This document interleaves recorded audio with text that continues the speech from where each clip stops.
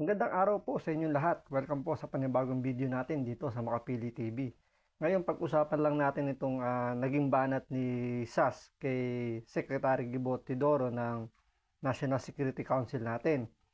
Dahil sa sinasabi nga ni Banat Bay dito, isang napakalaking kahipokritohan yung ginagawa nitong si Secretary Gibo na talagang may pagka alam mo yung ginagamit lang yung China, yung sitwasyon sa West Philippine Sea at yung mga pananaw ng mga sabihin natin mga mahihirap nating kababayan na kailangan magalit ang mga Pilipinong mahihirap sa China. Pero pag sa mga mayayaman na negosyante is ayos lang yung ginagawa nung China.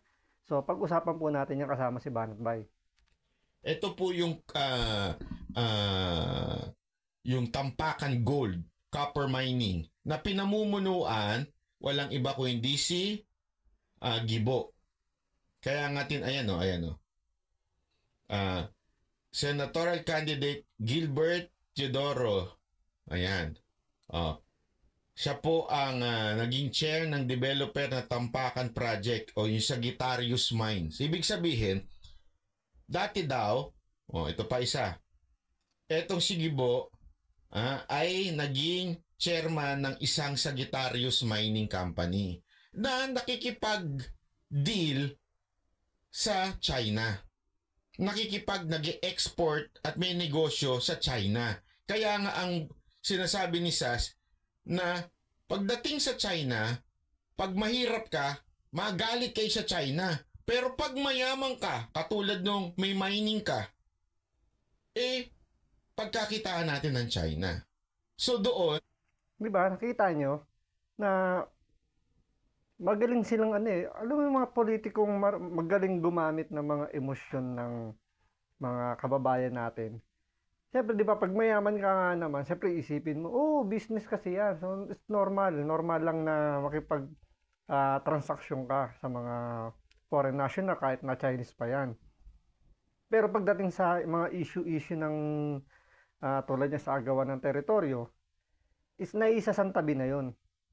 So parang lumalabas dito, nakikipagplastikan lang itong si Secretary Gibo na kunyari galit-galit pa sa China sa ginagawa ng China. Pero isa pala siya sa mga board ng isang mining company na nakikipag-transact sa mga Chinese. Di ba makita niyo yung kahipokritohan, yung kaplastikan ba naman kung tawagin nila is parang inuudyokan nyo yung mga Pilipino na magalit sa ginagawa ng China. Pero kayo, tropa-tropa kayo for the sake of your business. Di ba? Parang pinaiikot lang tayo tayong mga maliliit na tao na sa harapan natin galit na nakikipag sa ginagawa ng China. Pero pag talikod, ayun, nakikipagmerienda kasama sa mga Chinese. Kuha nyo yung parang yung kumbaga sa piniprito tayo sa sarili nating mantika. 'Di ba? Parang lumalabas parang masyado nang nagiging greedy. Nawawala na yung pagmamahal sa bayan. Parang sinabi ni General Luna na bayan o sarili, negosyo o bayan o negosyo, ganun-ganun ba, 'di ba? Na hindi masyadong napaprioritize na yung kahalagahan ng issue sa West Philippine Sea. nagkakaroon tuloy ng dobleng prinsipyo. Naintindihan natin?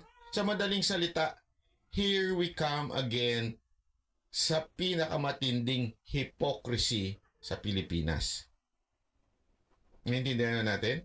Ibig sabihin, ito mga politiko na ito, kunwari may pa-hate China pa sila, pag mahirap ka, kagalitan nyo China, pinipigilan tayong mangisda. Pero pagdating naman sa negosyo nila, halika makipag-deal tayo sa China kasi kikita tayo dyan. So, para sa negosyo, pakitang tao lang yung ginagawa nila na nagagalit sila sa mga Chinese, I mean. Kung alam nyo, pag galit, dapat galit.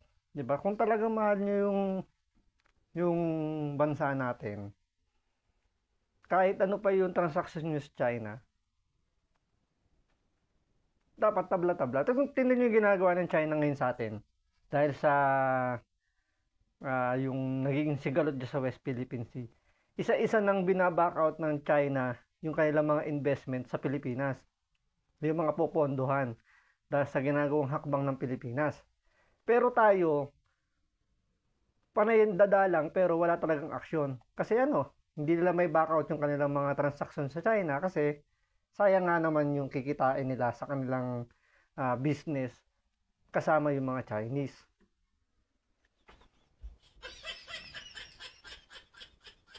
Ganon ang sinasabi ni Rogando Sasot, di ba? Yan ang sinasabi niya. Bakit naman ganon? Napaka-plastic. Parang sinasabi niya, napaka-plastic mo, Gibo, Secretary Gibo. Naku po, naku. May something. Hindi kaya ganito na naman to si Gibo dahil tatakbo ito, Senador? Malaki ang posibilidad na tumakbo tong si Gibo Kaya niya tinanggap itong posisyon ng National Security Council. Siyempre nga naman, dahil mainit yung issue ng West Philippine Sea, so lagi siya nasa media. Lagi siyang nai-interview. Kailangan nila magpasikat dito. Lagi nilang, alam mo yung, kunyari, gagayat siya sa China. Kasi siyempre yung mga botante, yun yung thinking ito, lumalaban to sa China. Lumalaban sa China to. So ito, may paninindigan to against China. So nakukuha niya yung simpatya ng mga mahihirap natin na naiinis, nagagalit sa China. So may posibilidad na makakuha siya ng boto. Kaya malaki ang chance talaga nito na siguro iniisip niya na pagkakataon to para makalusot sa Senado. So tatakbo to malamang. Sabi nito, banat by aka conflict of interest. Mukhang tama, mukha. Nako. Kaya siguro maganda kasi alam nyo, meron pa sinabi si Sas dito, matindi to si Sas, parang galit na naman eh. May galit na naman siyang sinabi. Sabi niya, hindi ko na kasi nailagay lahat ng sinabi niya eh. Kaya sabi ko, naku po, wayari kayo dito. Ayan hinamon niya si Gibo at sinabi niya, talaga? Okay? Sige. Papatunayan ko. Kaya nga, mukhang matinding labanan na naman ang mangyayari dito. Mukhang, para sa mahirap lang po ang hate China, pero sa mga bilyonaryong kabarkada ni DND Secretary Gibo Teodoro, make money in China po ang kanilang policy. So tigilan mo ako, Gibo. Feel mo ang pagiging feudal lord mo kapag maliit na tao ang kalaban mo. Pakita mo ang bastos naman ito ni. Gusto niya makita yung ayag ni Pakita mo ang ayag mo. Away mo si Ayala at Aboitiz dahil pinapayaman nila ang China. Inag-ao mo ang may hirap na Pilipino sa iyong hate China kemerut dahil sila ang unang dapat matigin ng inyong kaputihan. May grabe. Ang bibig mo, Sas, napakabastos. Kaptahan at hindi kayong kumita ng bilyon sa China. Pakabastos ng bibig nito ni. Anyway, sa madaling salita, we are seeing another form of hypocrisy sa ating bansa. Dahil dito na naman sa mga ganitong pahayag ng gobyerno. Alam nyo, NSC, which is si Jonathan Malaya, Assistant Director na pala to si Jonathan Malaya ng NSC, nagbabalaho. At saka si Gibo, na nagbabalaho sila na sa mga vlogger daw. Naku, tindi talaga ng Pilipinas. Noong una kami So dito parang nagkakaroon na ng martial law sa pamamahayag na pinipigilan ng na maglabas ng mga saloobin yung mga vloggers regarding sa issue ng West Philippine Sea kasi parang dito tinitreten na nila di ba? Pinagbabawalan nila. So hindi naman nila tinutukoy kung sino pero malamang sa aking pagkakaunawa si Sas yung kanilang binibira dito dahil siyempre si Sas yung medyo maingay ngayon. Particular sa issue ng West Philippine Sea. Siya yung mga naglalabas ng mga ng mga ebidensya, ng mga ano ba yung, parang kinokontra ni SAS yung mga sinasabi ng gobyerno na pinapakita sa media. So si SAS yung medyo ano parang mali yata yung sinasabi nyo sa totoong nangyayari.